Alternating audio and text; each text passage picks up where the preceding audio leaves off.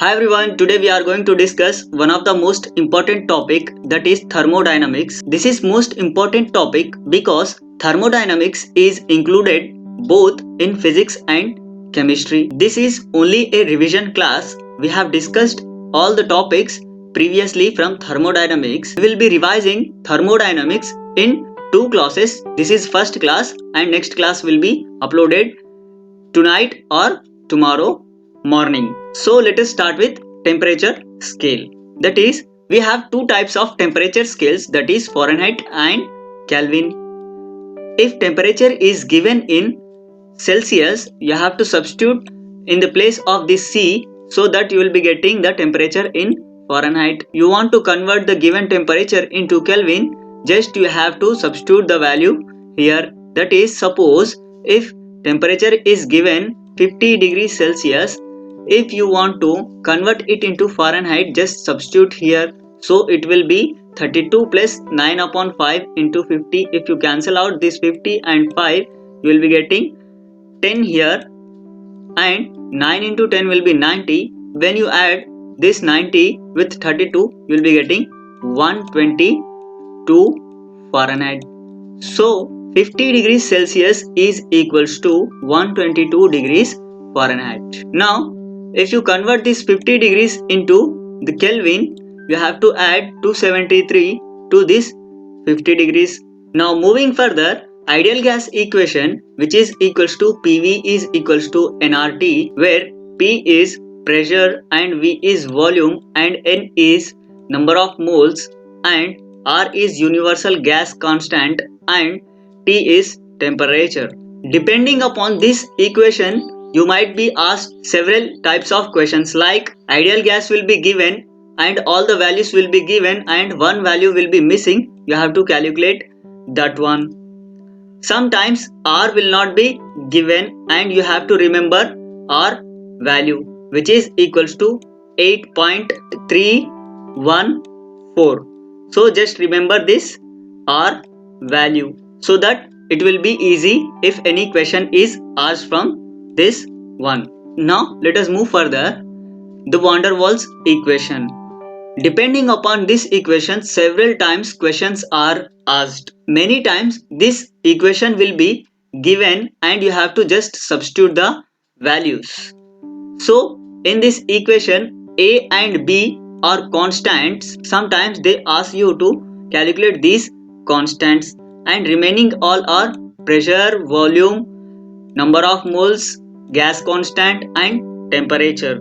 If any question is asked from this one, you have to just substitute the values. Now comes the thermal expansion. For this I have taken a full class of thermal expansion topic. The link is given in description so that you can watch it. When we say thermal expansion, the change in length is due to heat. For that, let us consider a block, and if we are considering only length, that is the change in only one dimension, that is L.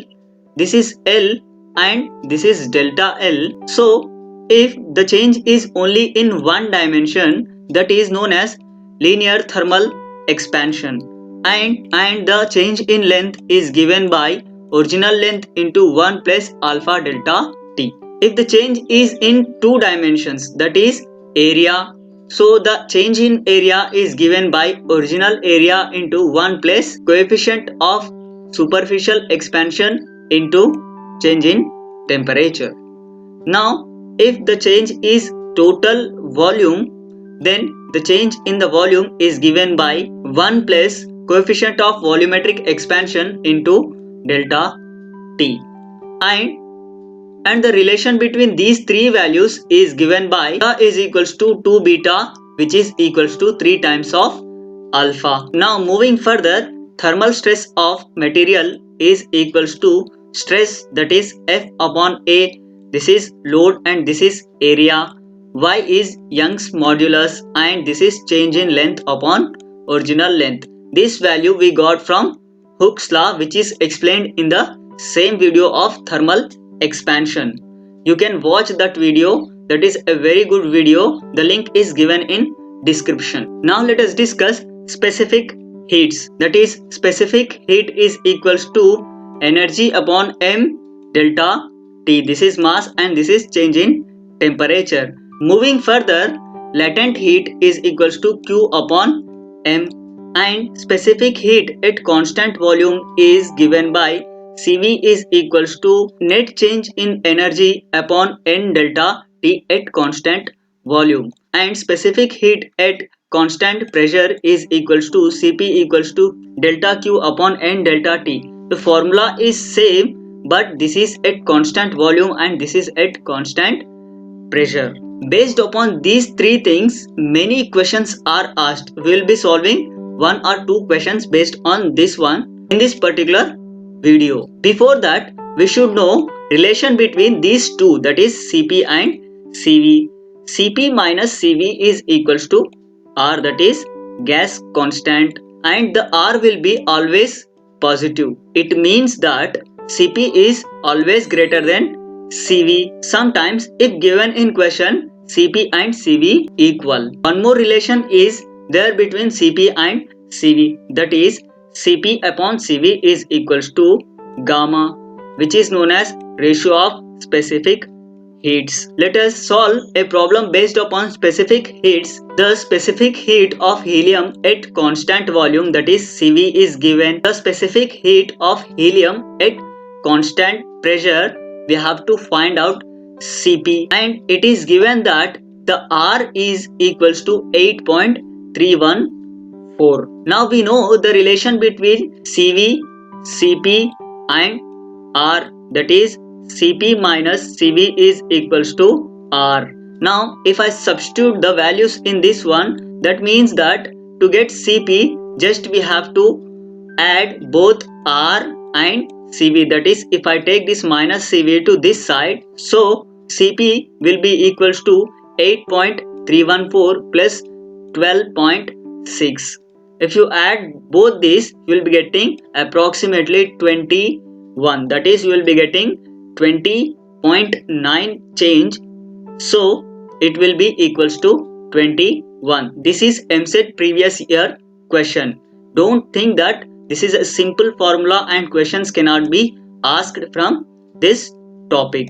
See, this is a previous year question of EAMCET itself. Now let us solve a problem based upon this specific heat formulae. Let us consider this problem in which it is said that a thermo flask contains 250 grams of coffee at 90 degrees, that is temperature is 90.